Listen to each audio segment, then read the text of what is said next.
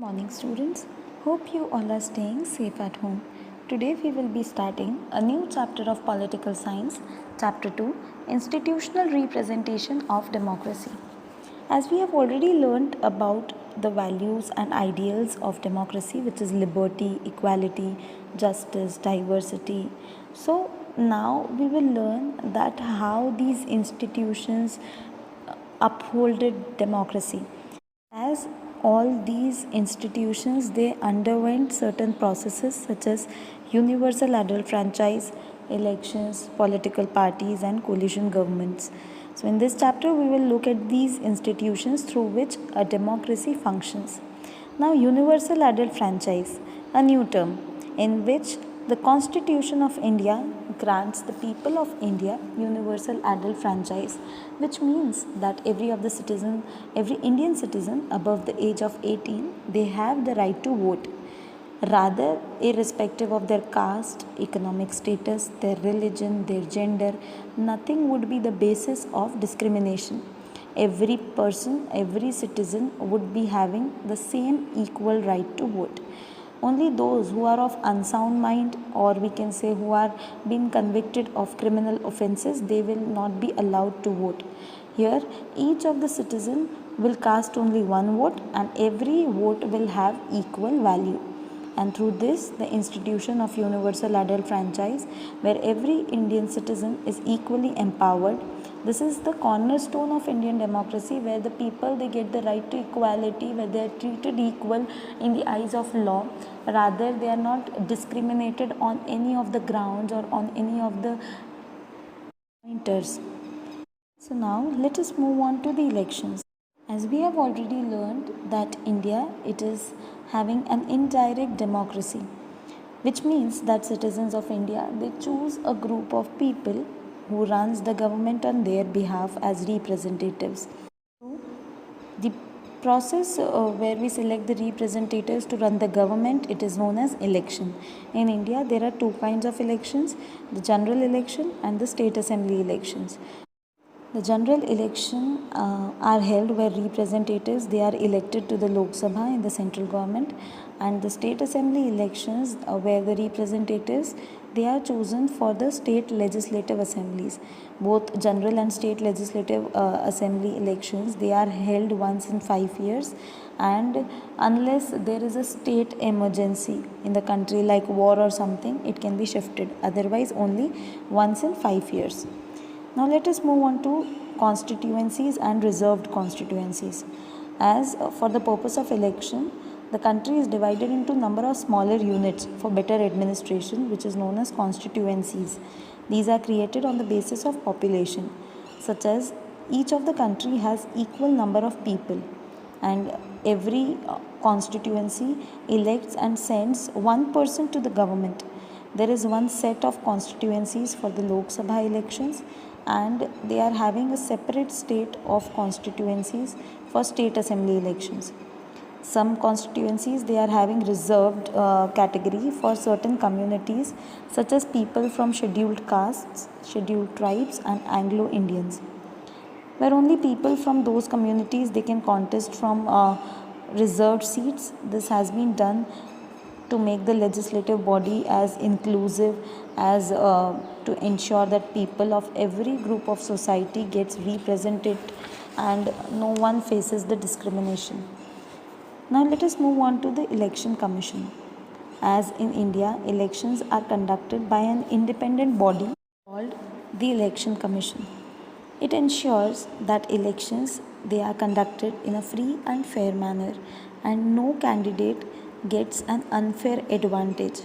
Here, here the commission, they are in charge of the entire election process, from declaration of elections till the announcement of results.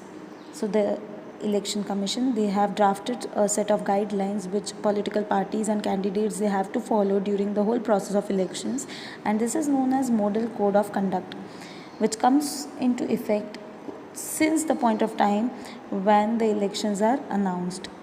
The election commission, it is answerable only to Parliament, and the President of India appoints the chief election commissioner.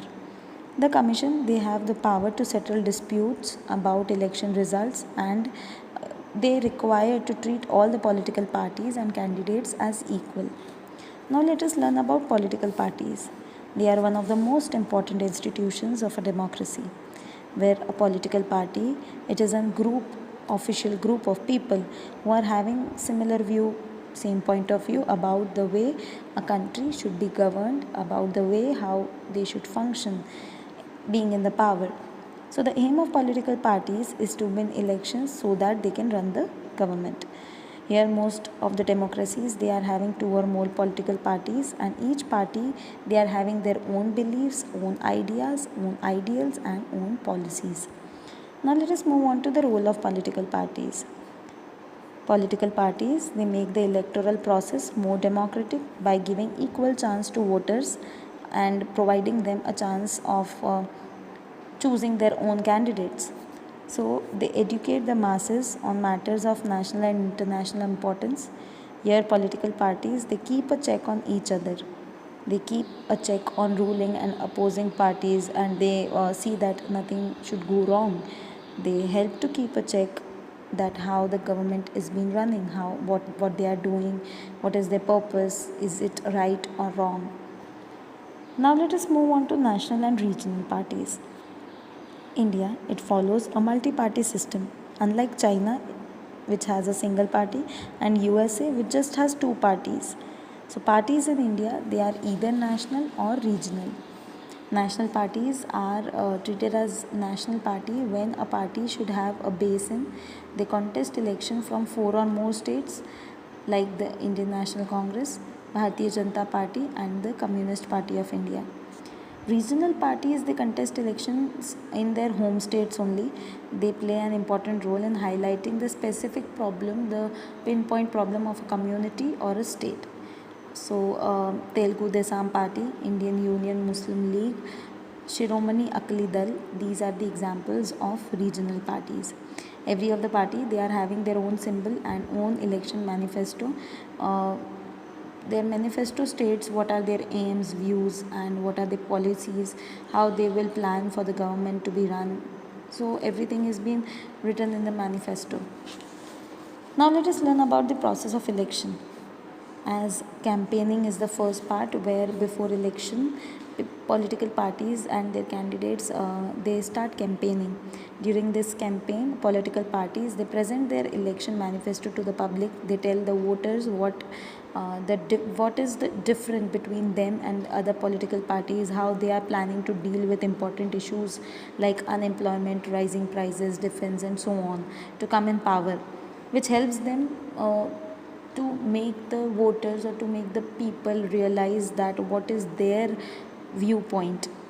So they just try to gather the voters into their side, and all political parties, they have the right to campaign freely before elections.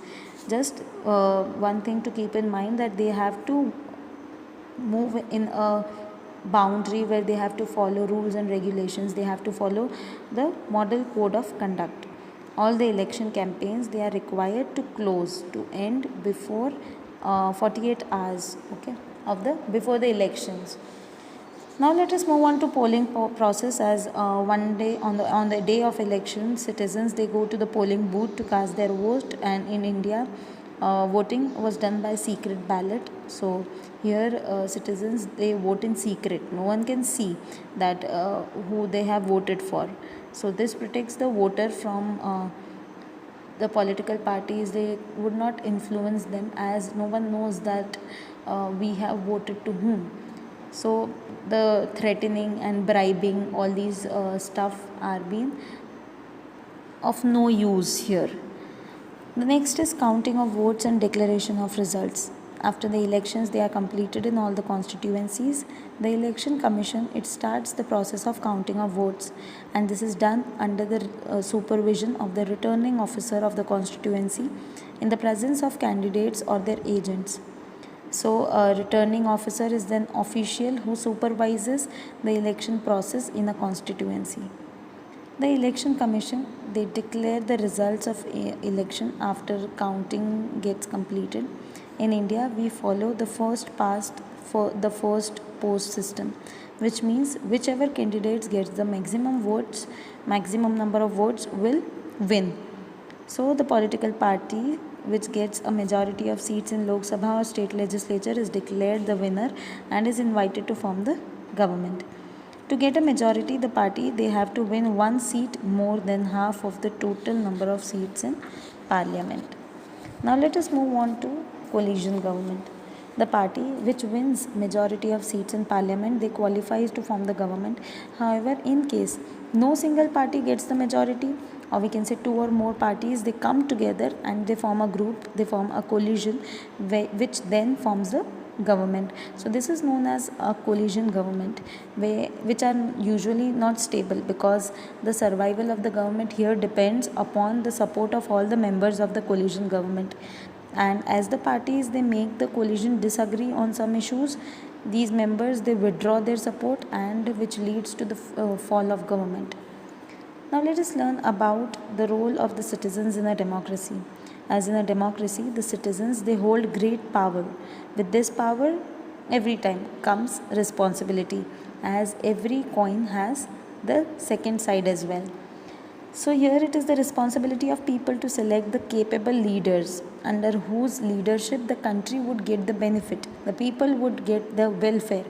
Here in democracy, citizens are also having the role of a watchdog which studies every action of the government carefully, which sees the pros and cons, which sees the advantages, disadvantages. They should be aware of their rights and their responsibilities. Here, if any action of the government violates their fundamental rights or which goes against the interests of the country, people should protest. They should speak. They should form groups which puts pressure on the government and which forces the government to reconsider their decision again. So the citizens of a democracy, especially where the country is a diverse country as India, they need to develop a spirit of cooperation so that people together can speak in front of government, they can protest, which will help them accommodate the diverse elements in a country and which ensures smooth running of the country. So students, here's an interesting activity for you all to make a symbol of your party. Just imagine that if you are the representative who wants to stand in the election, what would be your symbol of your party? What would be the name of your party?